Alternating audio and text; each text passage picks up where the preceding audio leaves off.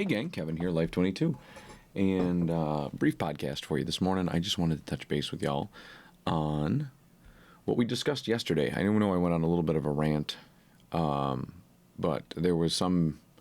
I saw some people in the comments were like, "Did you really read Amy's Amy Sherburn's post?" And I'm like, "No, I just saw the rain barrel. I saw the first part before it says press more."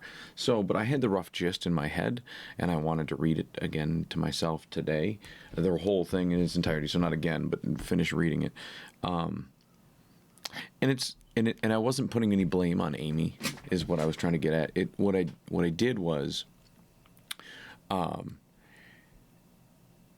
Amy's post is just kind of falling in line with what people are expecting, right? You go to the Common Council and these people show up and they're like the minority opinion, right? They're not like the opinion of minorities, they are the minority opinion. Like most people, want this or want that. Like there's a lot of residents in the city that want a ton of stuff, right? They're like, "Oh, I want this and I want that and I want world peace and I want all this." And it's like a lot of people want world peace, but at what cost, right? And so a lot of people don't understand that. So like, there's aldermen out there that want a ton of, cuts, but they don't want to take any services away. There's residents who want that. There's people that, hey, the cost of doing business is going up, but we don't want our trash stickers to increase, or we don't want the trash stickers to go away, and they fight the change and they fight the dollar value of stuff. And it's like, sorry guys, the dollars go up, but it's one of those things that, so these people go up there to these meetings and they gripe about the storm sewer disconnects and whatnot. And what all I was getting at yesterday was that a large portion of people are just going to be like, well, and there's one particular, I would call him a protester up there that always decides to say, well, it's easy for you to enforce the disconnect from the sewers. It's like, yes, that's fine, but nobody is. I'm big on property rights, so which you all should be too, because it's like there's documents that found our country that say these are our important values, and if you don't hold them important values, then you don't deserve any of it, and so you should have no free. You know what I mean? Like there's this, it's one of those, like, here's the rules to the house or don't live here, right? Like that is. It's an important thing and people are like, no, that's not true. It's like, yeah, because if you don't follow certain rules, they send you to jail.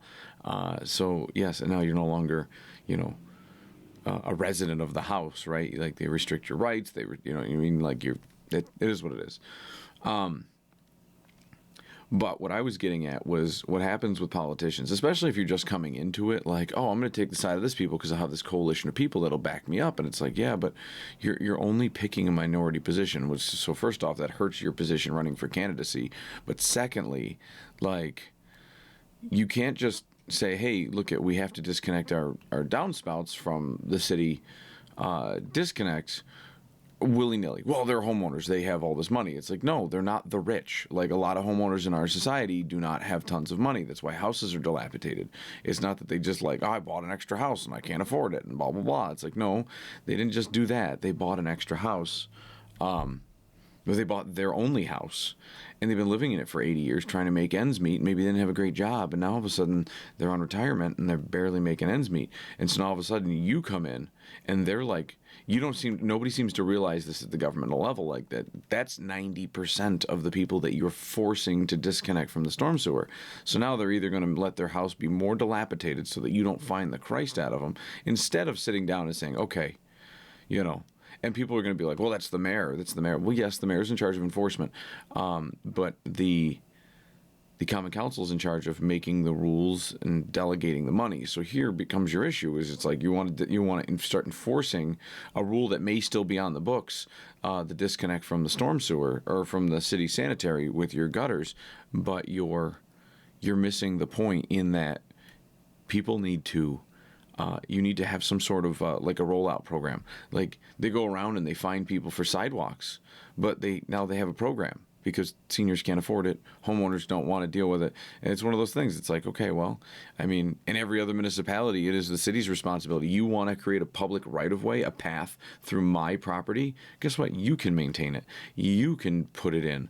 You can take, you can replace it when it needs to be replaced. That's most places across the country. Olean is one of those unique municipalities that puts it on the homeowner, and they've got this, ooh, look at this clever way, we just saved the city money. The problem is every time the city saves people money, they don't realize like sometimes it's just a short term, like it has long-term effects for short-term gains. Short-term gains. And so like, hey, we just saved the city a bunch of money by doing this. It's like, okay, great. And then where'd the savings go? Oh, they blew it on something stupid. Like, and then those savings are, just built into the cake now, where they're just like, oh, now it gets spent on something else that's dumb and frivolous. And it's like, well, and so we saved all this money by not putting in sidewalks in people's places, and because it's other people's property. Like, well, yeah, it's my property, but you stole it to have your stupid walking path for drug addicts to walk by my house and drop their needles and litter, because littering isn't a crime anymore, apparently. We just had the street sweeper go by. The thing about the street sweepers, it's great, except for the fact that there's still just needles on the ground. Like, it doesn't pick up a lot of, like, it'll pick up road dust and little stones and some big pieces of trash that are lightweight. But, like, I don't know. Every time I go out there, it's like, oh, there's still, like, pieces of people's cars and all these other things that can't get taken into the machine. And it's like, and then we have the sidewalks that are filthy because they're just... Because the drug addicts walk on the street and whatnot. Anyways, I'm going down rabbit holes. You have a program for the sidewalks, but you don't have a program for the disconnects. And what's going to end up happening is it's going to be just like when you rolled out the savings to the city for the sidewalk program. You're going to go around with a strong fist and you're going to say, hey, all you people, you have to pay to fix all your sidewalks. And we're going to find the Christ out of you. And then you do it.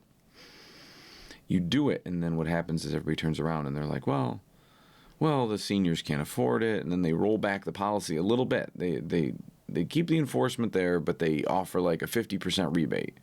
Okay, well, that's great. The problem is they're going to do the same thing with this, hey, and all I was pointing out was that Amy's pointing out the rain barrel, and thank God we have something to disconnect it. So, well, there's no enforcement. So if she becomes mayor, or if the current mayor gets kicked in the pants too many times by these people that show up to the meetings, and he's like, oh, we're going to enforce this disconnect.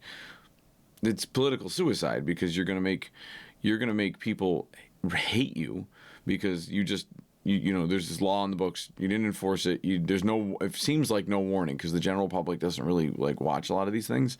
And then, oh, well, you have to disconnect so we don't discharge in the storm sewer. It's like, okay, what about all those seniors who can't afford to? Like, they've got to hire a neighborhood kid. Like, yeah, the cheap disconnect is disconnect it from the side of the house, from the storm sewer, and let it dump onto the yard. Okay, that's great and all, but what are you going to do about the seniors? Like, what are you going to do about the long-term fix? Like, there should be a program rolled out where, like, hey, because the city's making you do this, because it's something they never enforced for years. They allowed you to build your house 150 years ago without putting in a storm sewer. Like, it was an afterthought, and they let people do it. So, it's like, hey, I'm not about government subsidies, but I do think that if I'm putting my money into the tax coffers, like, they can have a program for the people that are, like, delinquent, especially on a huge thing like, they built my house with a septic tank. Well, now we have a law that says no septic tanks, and you have, like, 30 days to get rid of it. Like, well, wait a minute, the septic tank's been here for 100 years. And I pay to pump it out. And I pay all the other costs of it. And now you're telling me I have to get rid of it? So I have to cost to remediate it. I have to cost to do a phase 1 to test the soil, to make sure that like, oil that came from my house didn't leak into the soil. Like, it's just a whole rigmarole over something that it's still arbitrary. I don't care what people say. It's still an arbitrary issue. And all of a sudden, you're just going to cost each and every homeowner. It's like, hey, their taxes could go up by this much to fix city problems, or their taxes are going to go up by that much, and each homeowner is going to pay $8,000 to have it tied into the storm sewer from the sanitary. Like, I think that a sit-down discussion is needed here, especially because most of the people you are going to be hitting are going to be hitting people that are already neglecting their homes, people that aren't already doing this, people that aren't already setting up rain barrels. And, you know what I mean? Like, I'm not retired. I don't have time to run around and drain rain barrels when they get overly full, or you know what I mean, pipe in an overflow system. I don't have time for that. I have time to like maybe spend 1 month out of my decade to tie into this, or out of 3 decades to tie into storm sewer. But the problem is now you're going to go to every single property that I own, every single property that other people own. Like my properties aren't dilapidated, but man, like I'm sure 95% of them, which 95% of the buildings in this town do not have storm sewers. And I guess one last point before I leave you for the day into the abyss of Kevinlessness.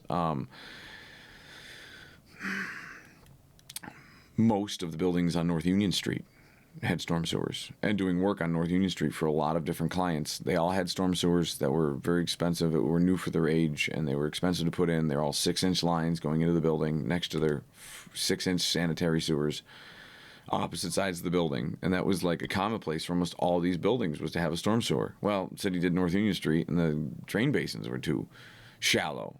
And so a lot of places, people just got like random mailers, and like, they got maybe one notice from the city like, hey, by the way, we just discovered this. You got 5 days to figure out your own contractor before we bury the road on, connecting to the storm sewer. It's like, well, and then there's people that bought buildings there afterwards that weren't notified that the city disconnected their storm sewer. So it's like you have all these buildings that, like, yeah, they're not going into the sanitary anymore, but they're just disconnected under the curb, which is destroying the streetscape. You can see sinkholes in front of certain buildings.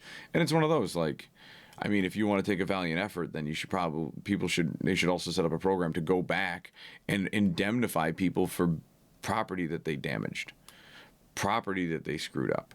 But that's, I mean, what are you going to do? It's government accountability? That's for the birds. Anyways, I hope you guys enjoyed this lovely morning with Kevin and his apparently baritone. And we will catch you tomorrow on Life22. Title text.